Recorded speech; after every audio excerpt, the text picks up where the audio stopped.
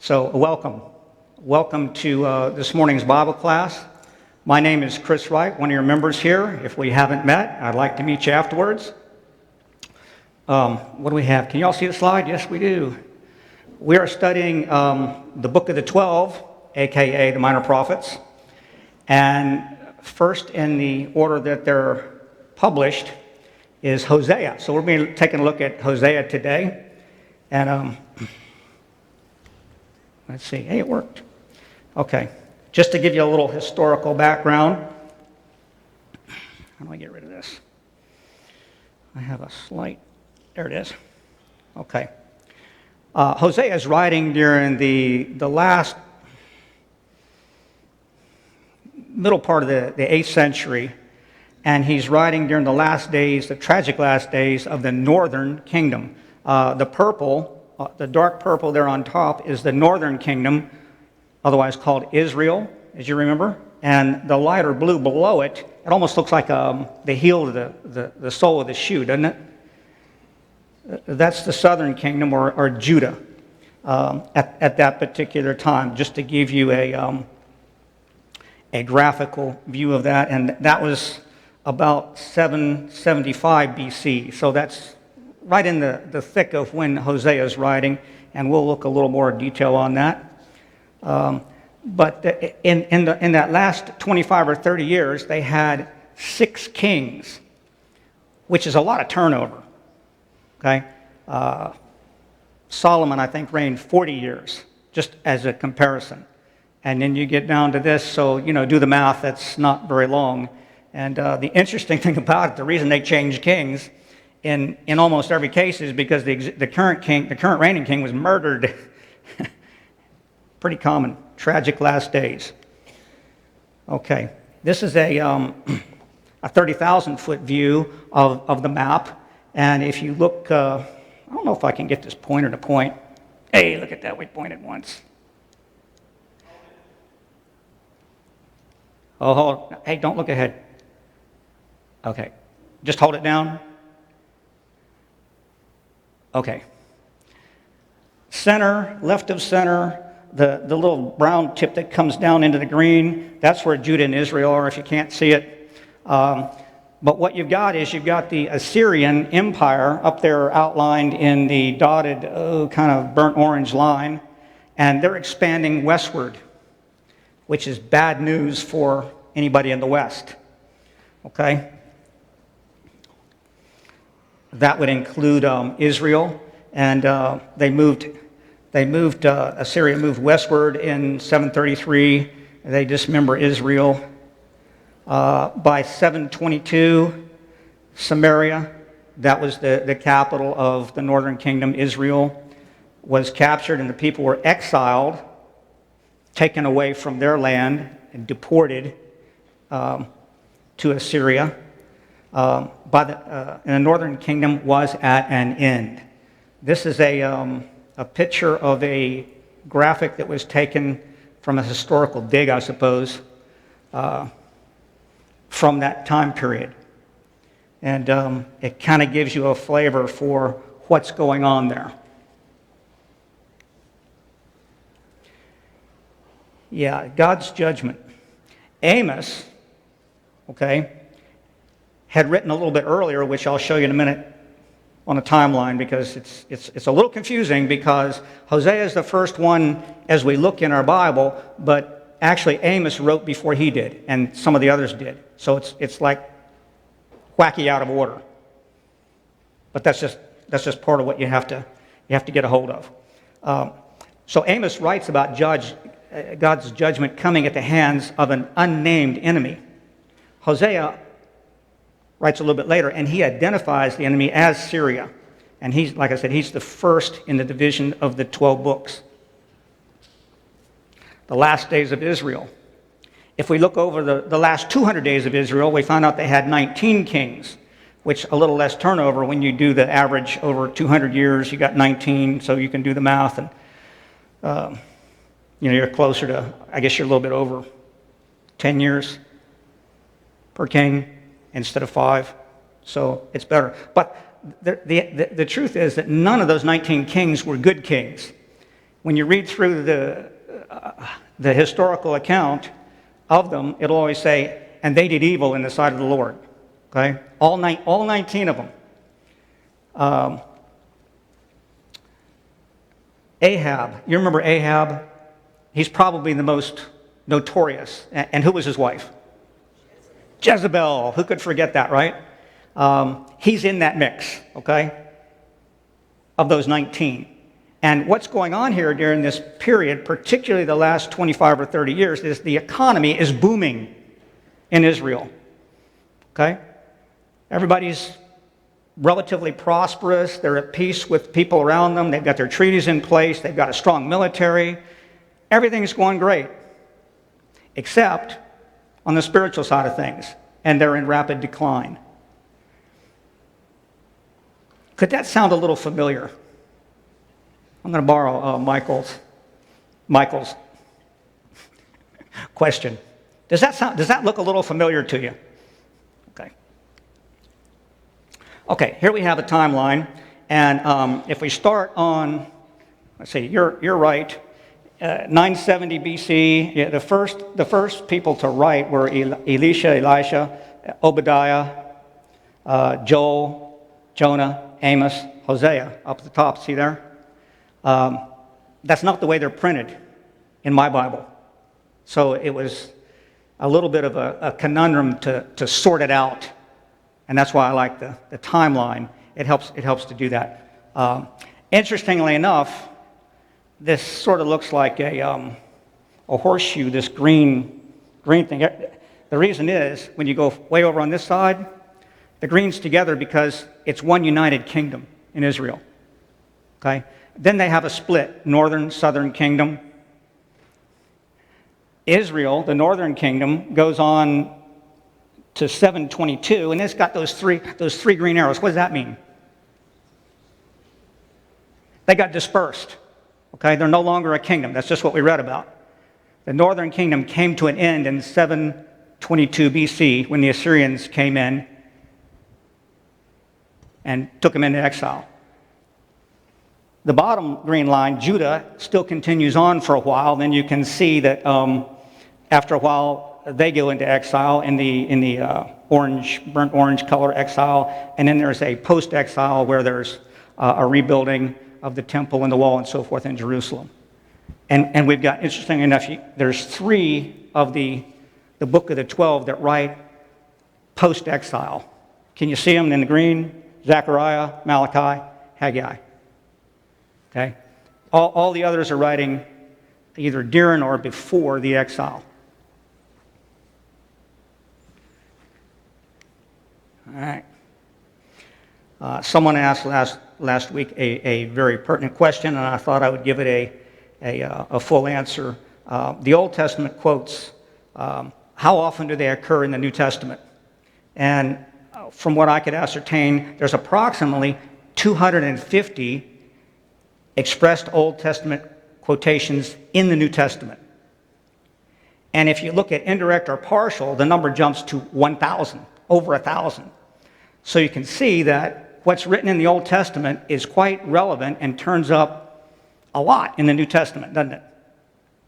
I wouldn't have thought it was that many, but it is.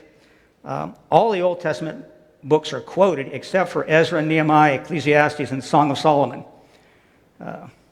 So what is that? 1, 2, 3, 4.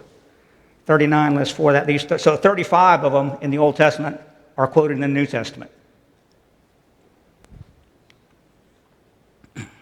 Okay, a little background on our book here, Hosea. Hosea is a really interesting book. There's 14 chapters.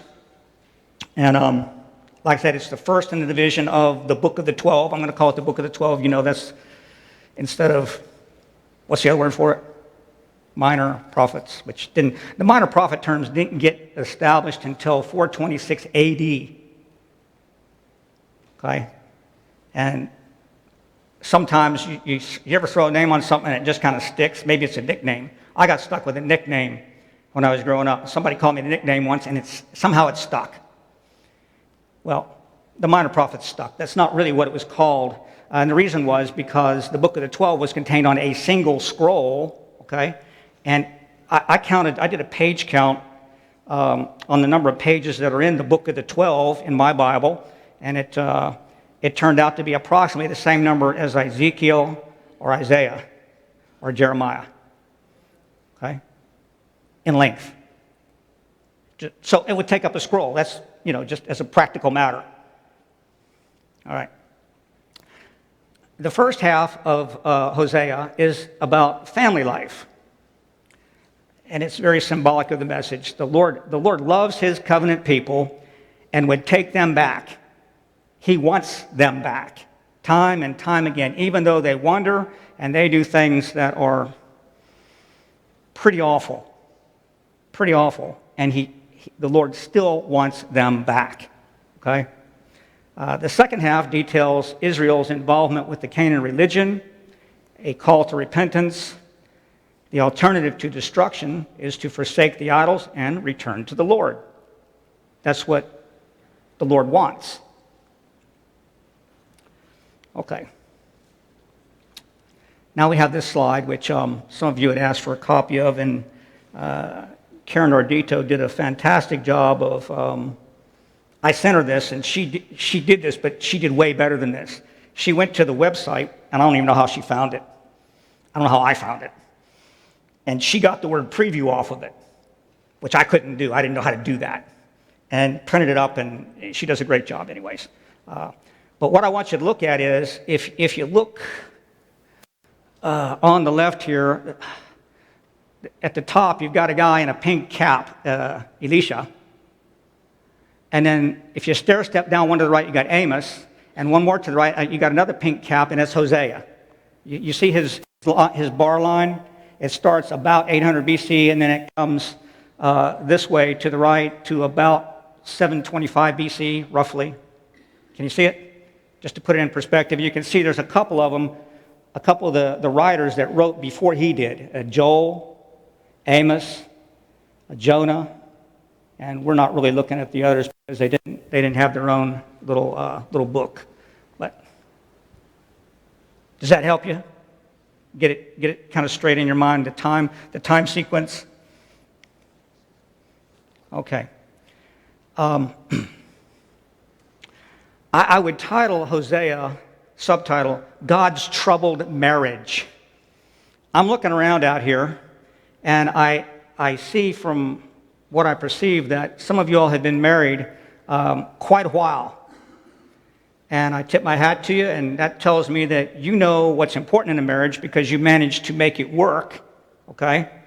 What are some of the things that you need to have to make a marriage successful in the long term? Did you say God? G-O-D, God? Okay, I think that's probably first and foremost. If you're not on the same page there, you're unequally yoked, and that's problematic. Okay? Anything else? Faithfulness. It's so important. It's so important. That has everything to do with trust too, doesn't it? Okay? If you're faithful, you can be trusted. Anybody else want to say anything? I mean, there's really good answers. Yes? Unconditional love. Okay? I'm married to this person, and believe it or not, I'm likely to discover somewhere over a long number of years that they've fallen short of the mark. And if I'm honest, I realize that, well, so have I. Okay? And we have to be willing to have love for that person unconditionally, in spite of the fact that they've got a few thorns on them. Okay? Anybody else want to say anything? I think you've given good answers. Okay. All right. Women have less thorns than men. Thank you, John. Thank you, John. That would be a very appropriate comment for Mother's Day or any day, actually. But okay. I just wanted you to start thinking about those things in view of what we're going to talk about from Hosea. Okay? Just sort of to stimulate that. Now, God's got a troubled marriage here. Israel has violated their covenant, and we're going to talk about that in a little more detail later. They've gotten involved with idolatry of the Canaanites and the other nations around them who were worshiping false gods. They've not only accepted that, but they've indoctrinated into their practices. Okay. Number 3, they are trusting in human devices. They're trusting in their own economic success and prosperity, their strength of their military, and their treaties, their diplomacy. They made these great treaties with other people, and they're trusting in that, okay? And number 4, when you read through it, there's violence and injustice being done toward the defenseless. The defenseless. The defenseless. Orphans, widows, the foreigner, somebody who's new coming into the area. Those people are more vulnerable than the established, etc. So this is God's situation as he heads into this. Okay. I'm going to submit to you that what's happening here is a literal event with Hosea. Hosea is told by God to go and marry a woman of loose morals. Okay? That's a pretty horrific assignment. But that's his task, and I think you already knew that if you knew anything about Hosea. He's tasked with doing that. So when the writer's writing, it's sometimes a little difficult to sort out, is he talking about Hosea and his relationship to Gomer, his wife, or is he talking about himself in relation to his wife, who is Israel? Okay, that's the covenant agreement. God's people had a covenant with their God. They're his covenant people. Okay? So that's his bride. That's his wife. Okay? So there's this allegory going on in addition to the literal story of Hosea and his wife Homer. Sometimes God uses that technique, not just in the Old Testament, but Jesus did it as well with the owner of the wine press and the vineyard. He grows the vines and the grapes and digs the deal, and then he rents the vineyard to some people, and they decide they don't want to pay rent. You know the story, right? In the New Testament. It's an allegory. It's a comparison. Okay? That's what's going on here on top of what's actually happening to Hosea. So, in this allegory, Gomer represents old Israel. Israel, the covenant, the Israel of the Old Testament covenant. Hosea represents God. He's the husband of the unfaithful spouse. Okay? Now, this is a pivotal point in the entire book, and it's quite often overlooked. But if you can get your mind around this, it will help you to interpret what's going to happen in the next 12 chapters a lot more effectively. Okay, so in chapter 2, let's see, that's chapter 3. In chapter 2, and I don't have it printed out there, verse 2, it reads, "Contend with your mother, contend, for she is not my wife, and I am not her husband. Let her put away the idols from her face, and her adulteries from between her breasts."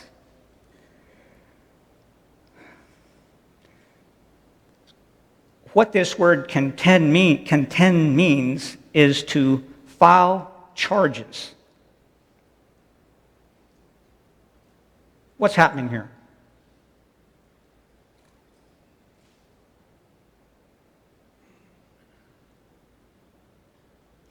It sounds to me like God is saying, I'm filing formal divorce papers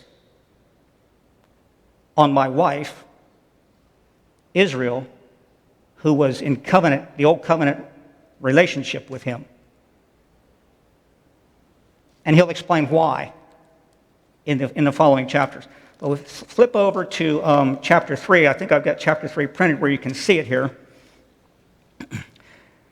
It's a short one, so it's only 5 verses, so I want to share this with you because it's a pivotal point in understanding where Hosea is going with the rest of the message. The Lord said to me, "Go again, love a woman who is loved by her husband, yet an adulteress, even as the Lord loves the sons of Israel, though they turn to other gods and love raisin cakes." He's not talking about oatmeal cookies. There's nothing wrong with oatmeal cookies. Raisin cakes were associated with idol worship, okay, at that time. That's what that's talking about, just to clear that hurdle. Verse 2. So I bought her before myself for 50 shekels of silver and a homer and a half of barley. He's redeemed her back. She was sold into slavery. He's redeemed her back from the slaver.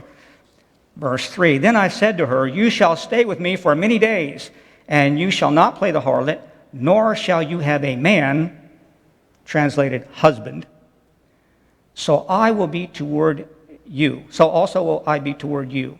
For the sons of Israel will return for many days without king, without prince, without sacrifice, without sacred pillar, without ephod or household idols."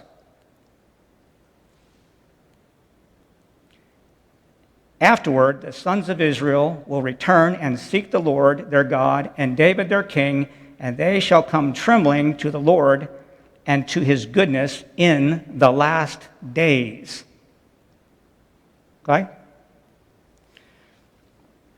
What I think is being said here, in view of this scripture, the ones that are going to follow, and even Hebrews from the New Testament, chapter 8.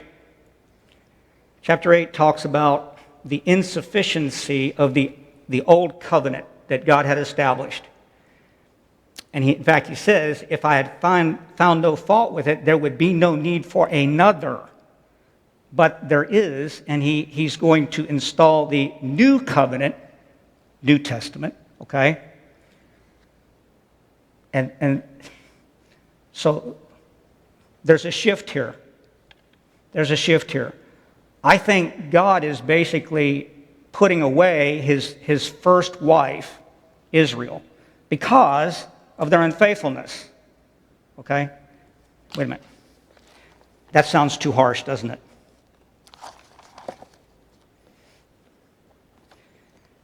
All right, Stephen would be proud. I want to share one thing with you here, if I can find it right quick. Can you think of some ways that Israel violated the covenant with God? Where did it go? They worshipped other gods. Thank you. I'll just read the list. I know you know this, but just see if you've already. I'll give you a minute to think about them. They worshipped sex goddess Astropol. That was actually a female sex goddess. And that's why they set up trees every high place. Okay, that was associated with ashram poles and so forth. They forsook all of the Lord's commandments. They did not miss one. Okay, they sacrificed their sons and their daughters to Moloch. Do you know what that means? A live human sacrifice that doesn't come out live. Horrific. They worshiped all pagan gods of the Canaanites, did not miss one. They secretly indulged in the vile rites of the heathens. At their worship places, they even had female and male prostitutes as part of the worship, which they got from the pagans. They made images and set up pillars and worshiped the host of heaven. They practiced divination, black magic, and witchcraft, which Deuteronomy strictly forbid. They refused to believe their God and rejected his statutes. Did they violate the covenant? In how many ways did they violate the covenant? Wow. I mean, pretty exhaustive list. So maybe it's not so unjust.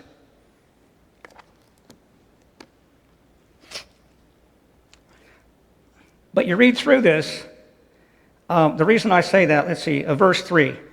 You shall stay with me for many days. You shall not play the harlot, nor shall you have a man, husband. So I also will be toward you. So he's bought her back, but they're not having conjugal relationship. Think about it. Where is old Israel today in relationship to God? I see heads going, no. They're not in relationship, are they? Although he's got them sort of, they think their name's on the title to the chosen people. Okay? So it's analogous to what he's saying here. Then he moves on. For the sons of Israel will remain for many days without king or prince, without sacrifice or sacred pillar, and without ephod or household idols. How long has it been since that was written? If that was written, let's just say 750 BC, middle of the 8th century, that's 750 years plus another 2,000. That's 2,750 years, just roughly. Get the decimal point in the right place, like we talked about last week. That they've been without king, without sacrifice, without ephod, without anything. Isn't that what he said? He said, you're going to be with me for many days without these things, okay? And now, look in verse 5. Afterwards, okay? The sons of Israel will return and seek the Lord their God and David their king, and they will come trembling to the Lord and to his goodness in the last days. God's going to make a new covenant. We know that. In fact, he already has, okay? So here's my question. Does that mean that the people who were involved in the old covenant with God cannot become part of the new covenant? I see a no. It does not mean that.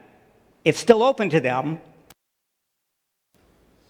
except that because it's a new covenant, there's new terms to it. The old covenant had terms, the new covenant has terms, but they're different terms. They're free to come into new covenant with God, but they have to do it on the terms of the new covenant. Does that make sense? Okay. We look at, there's so many good things to look at in Hosea. I'm just going to have to hit a few highlights for you and give you the overall feel for the story with some selected verses, and you may have picked different ones than I, and I understand that, but and with the constraints of time we have, these are the ones I chose. God's controversy with Israel. Chapter 4, some select verses. 1, because there is no faithfulness or kindness or knowledge in the land. Verse 6, my people are destroyed for lack of knowledge. Verse 11, harlotry, wine and new wine take away the understanding heart. 14, and offer sacrifices with temple prostitutes, so the people without understanding are ruined. They were doing that. Okay, I mentioned that earlier. So this is the controversy that God has. I just want to take a minute and look at those two words, knowledge and understanding, and I found them wonderfully wrapped together in one verse from Proverbs 9 and 10. It's really kind of an anchor verse. The fear of the Lord is the beginning of wisdom, and knowledge of the Holy One is understanding. It's a good one to know. But apparently they didn't have that, because he's singling out their lack of understanding, lack of knowledge. What's the beginning of the wisdom that gets you that? Fear of the Lord. Fear of the Lord. Okay. Israel's apostasy is rebuked in chapter 5. Revolters have gone deep into depravity. Verse 4. their deeds will not allow them to return to their God. Wow, that's a heavy one. Their deeds will not allow them to return to their God. When people, whether it's Old Testament Israel or right up to this day, when people are so involved in sensuality and self-gratification, their deeds will not allow them to return to God. Verse 5, their pride testifies against them. Verse 11, Ephraim, which the writer uses Ephraim synonymously with Israel, roughly. When he says Ephraim, you can think Israel. Ephraim is one of the tribes that's within Israel. It's a major one. But it's, to me, that one item stands for the whole. So Ephraim is oppressed and crushed in judgment because he was determined to follow man's command. Who else said something like that in the New Testament? In Matthew chapter 15, verse 9. Jesus said, "In vain do they worship me, for they teach but the doctrines of men," which he was quoting from Isaiah, okay? And we talked about how Old Testament verses turn up in the New Testament pretty frequently. To me, that's a really scary one when I look around our current day culture. People seem to be determined to follow man's command, and they prefer it over God's. I don't understand it, but we can see it as we look around. Even within religion-dom, if that's a word, or, quote, Christianity, there's so much of that. It's shocking. Okay. Hosea 3, 1 through 3, I really wanted to key in on this verse. He will on the third day. Anytime a Christian hears or sees that, what do you immediately think of? Jesus. I heard Jesus. Third day, the resurrection, yes? Which is the cornerstone of Christianity. If that be not true, we need to go back to sacrificing a bull. Okay? If that resurrection thing that we're hanging our hat on isn't so, that's what Paul said. We're to be pitied above all people. Because we believe the hoax, but that's not what we believe. We believe that's absolute truth, and that testimony was signed in blood.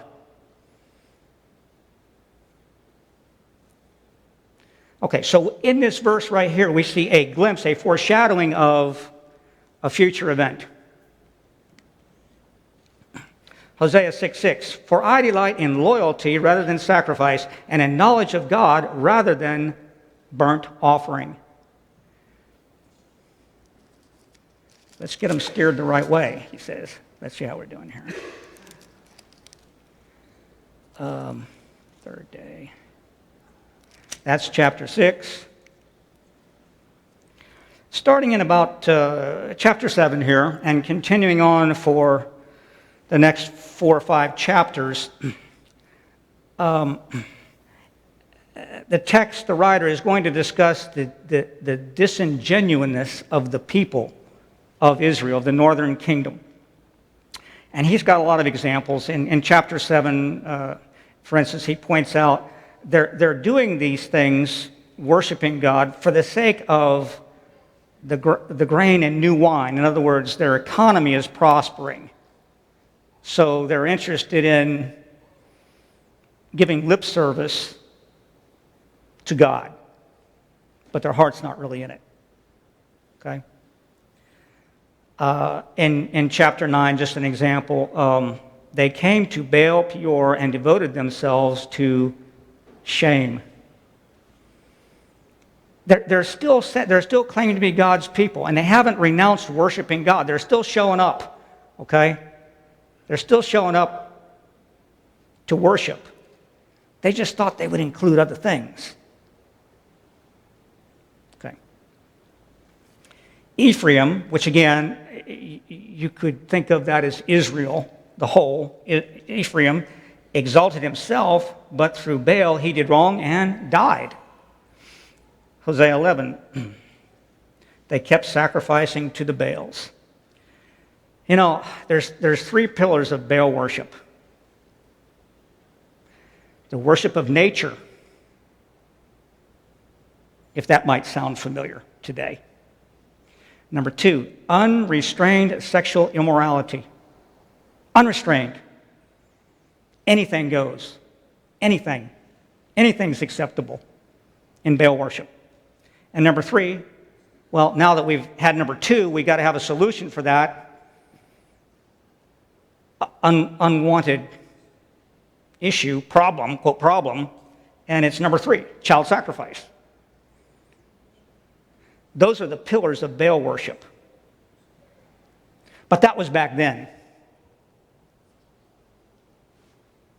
That's a Michaelism who taught on Judges, the book of Judges. You remember that? Okay. All right. Let's see. All right.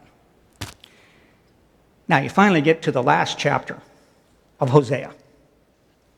And we see Israel's future blessing.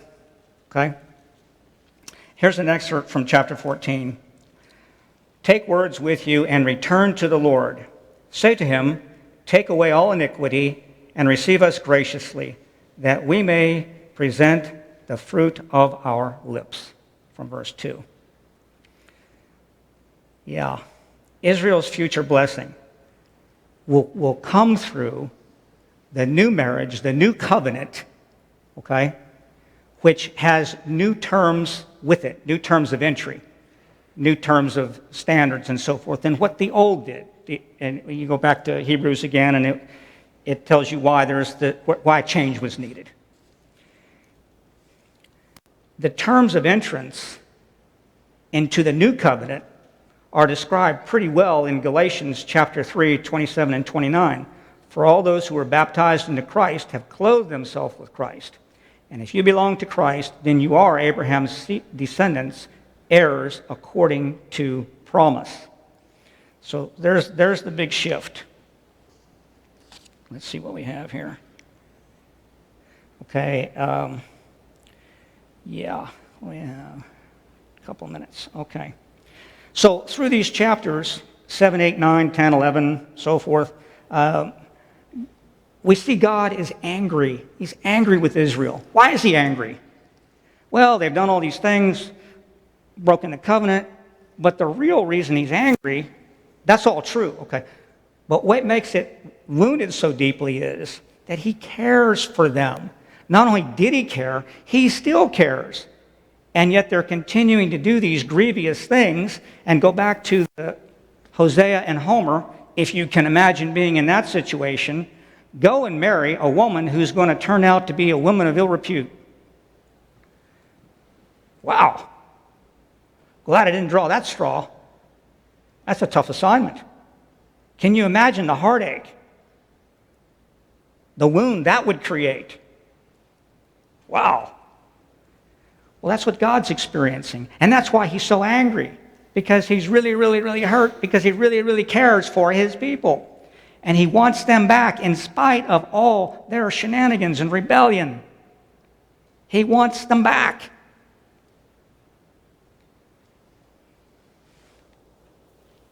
He still loves his people.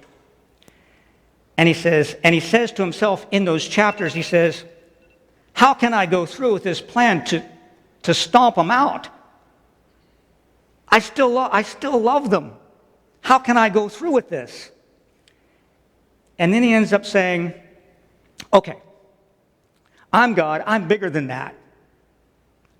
I'm going to love them. I'm going to love them and restore them anyways, in spite of how they've hurt me so deeply. Think of the analogy again. A husband and a wife. One's unfaithful, the other says, I still want them back. That's pretty amazing love, isn't it? I think that's why he wraps it in this format, so we can, in some small way, appreciate what's going on here, what his position is, how he feels. And maybe we can have a little empathy for him if we can put ourselves in Hosea's shoes. Yeah? In fact,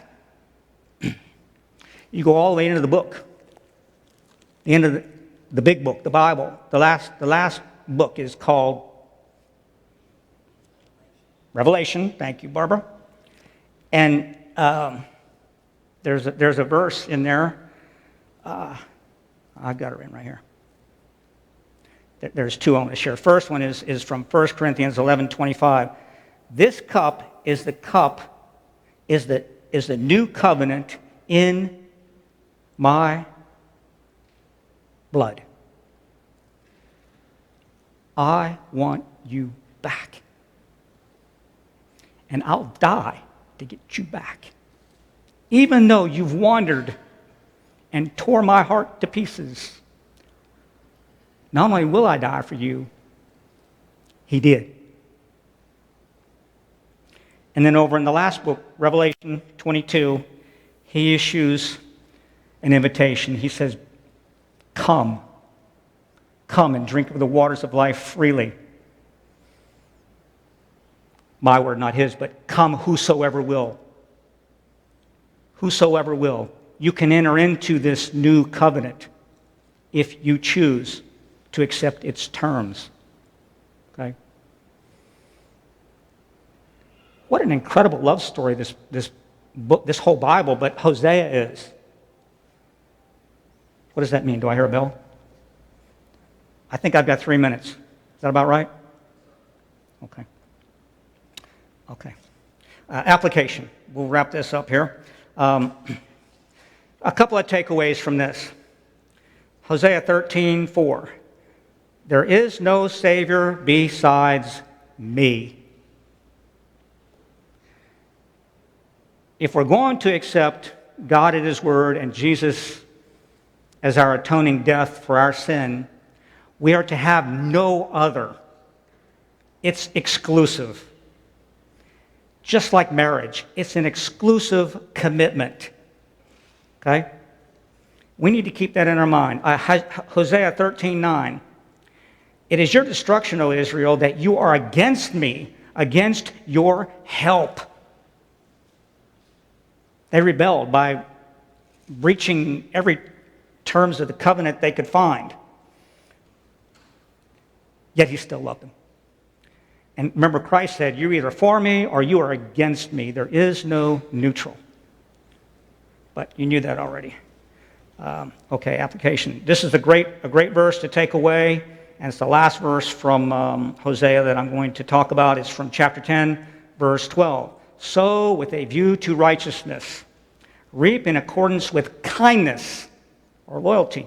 Break up your fallow ground, for it is time to seek the Lord until He comes to rain righteousness on you. Wow. Would you like to have righteousness rained on you? I'm interested in that. That's a powerful motivation. But I want to key in on this word kindness. Do we have any time, or are we out of time? We have 1 minute. Well, we'll start. Kindness. It's one of the words in the title to this course. True justice, kindness, compassion. Study of Minor Prophets, Book of the 12. The Old Testament term for it is chaste. Observing kindness and justice. So important in Hosea. Micah mentions it in his. He declares what the Lord requires of us, to do justice, love, kindness, and walk humbly with our God. Zechariah.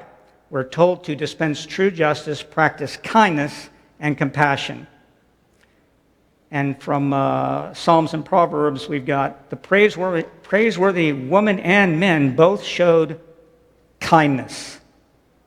In fact, it's one of the fruits of the Spirit, isn't it? It's right in the middle of the 9. There's 4 on either side of it when it's listed in Galatians 5. Kindness. It's something we need to understand, adopt, put into our lives, and practice. God thinks it's really, really important. This is just a wrap up. Kindness is one of the attributes of God himself. It's a characteristic of true love from 1 Corinthians 13. And get this, at judgment time, Christ will reward those who have shown kindness. Kindness. Thank you for your attention. Go out there and be kind to somebody. Appreciate you.